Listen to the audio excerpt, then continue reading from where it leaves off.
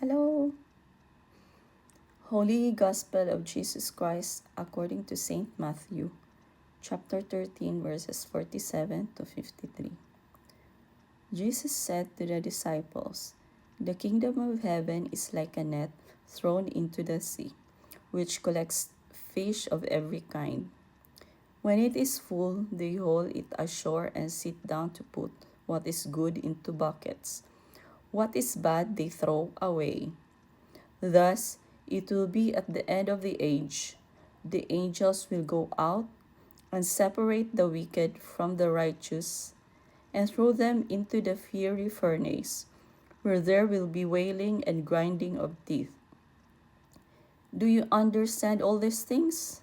They answered, "Yes." And he replied, "Then, every scribe who has been instructed in the kingdom of heaven is like the head of a household who brings from his storeroom both the new and the old." When Jesus finished these parables, he went away from there.